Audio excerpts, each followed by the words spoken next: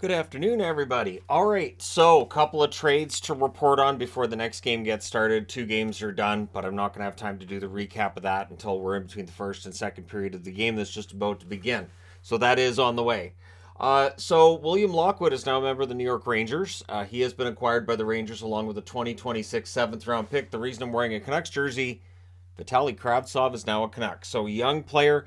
This is exactly what the Canucks have been saying they want to do. They want to get younger. They want to pick guys up who, and again, you had Ratu, you had Kravtsov. I like these moves. I think this is a win for the Canucks. Also, the Canucks didn't waive Lecision. The Rangers waived Lecision. So again, I just hurriedly put this board together. So the Rangers looking to make moves that will get them the cap space required in order to acquire Patrick Kane, but it's going to be tough. And they didn't want to waive Lecision either. They wanted to trade him, but I guess there wasn't any offers for Lecision services. So hopefully, fingers crossed, that Kravtsov's able to turn things around in Vancouver. But I mean, Lockwood wasn't going to be a top six forward in Vancouver. He's a bottom six guy. He's a hard worker. I like Lockwood, but that is definitely a player that I would say it's worth the risk for the Canucks. I don't know that there's much risk with this at all. And of course, a seventh round pick in 2026. There's no risk to that either. The Colorado Avalanche have acquired Keith Kinkaid from the Boston Bruins, so that's some goaltending depth. Shane Bowers going to Boston, he being a player who was included in the deal years ago with the Ottawa Senators to the Colorado Avalanche. Also, Boston has waived Lettieri on waivers for them. Boston has a lot of players right now. We'll see how things go. Jordy Ben has been waived by the Toronto Maple Leafs as well. The Toronto Maple Leafs not part of this trade. Just board's a little bit scattered because it just feels like there's a lot going on, and I wanted to throw this together while still making sure I kept up with what was going on in the games. My lord, that Edmonton Columbus game. So yeah, Jordy Ben on waivers. Normally I would say, oh yeah, Ben will clear, but this time of year it's so hard to tell what's going to happen because there definitely have been some claims in that St. Louis claimed Kasperi Kapanen from Pittsburgh, so we'll see how that goes for Kapanen. He needed a restart. For St. Louis, they pick up a forward. Now, of course, they've sold off some forwards, so now you get a guy who's NHL level looking to bounce back. Maybe he does. Maybe this trade for Kapanen is exactly what he needed to get himself going. Rick Bowness called out the Winnipeg Jets after sleepy start against the Habs. They were asleep most of that game, but all right.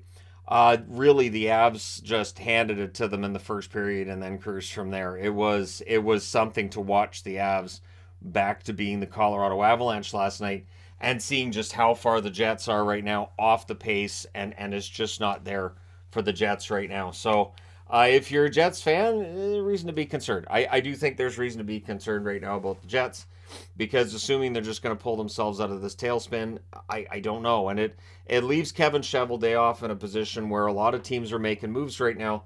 They're probably going to need to do something. I'm just not sure what needs to be done with Winnipeg. If it's a matter of a blue line move, a forward move, or what they're going to do. So we'll see what happens with the Jets. John Tortorella, this is great. So it's not Alan Walsh. I'm just going to say straight out, it's not Alan Walsh.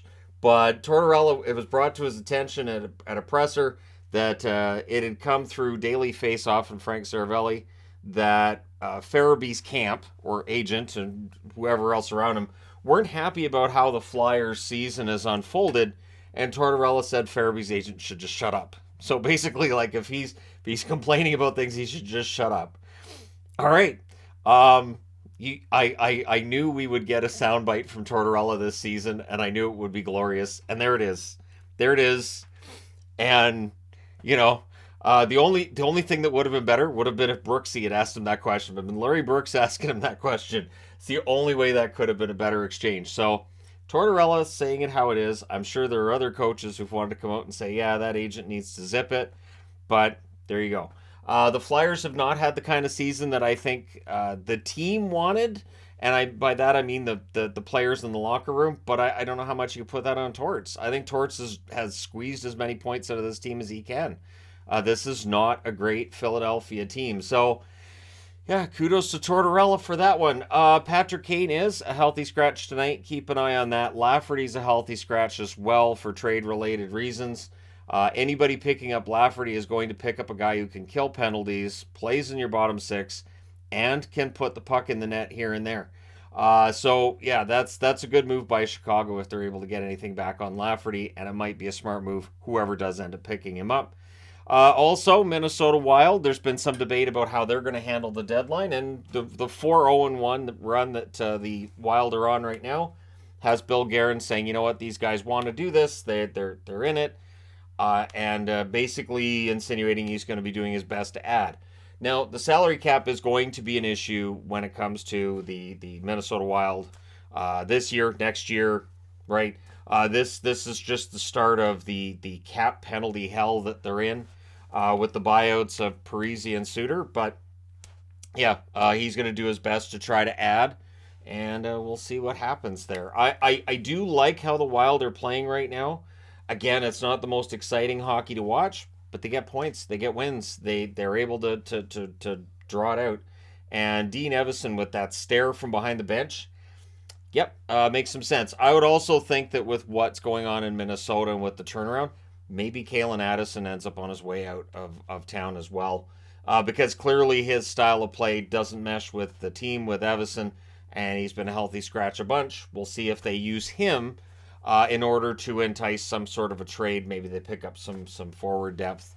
Maybe they pick up a more stay-at-home type defenseman as well.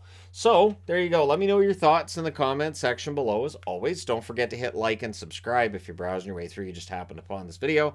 Thank you guys so much for watching, for all your support. I will talk to you again soon.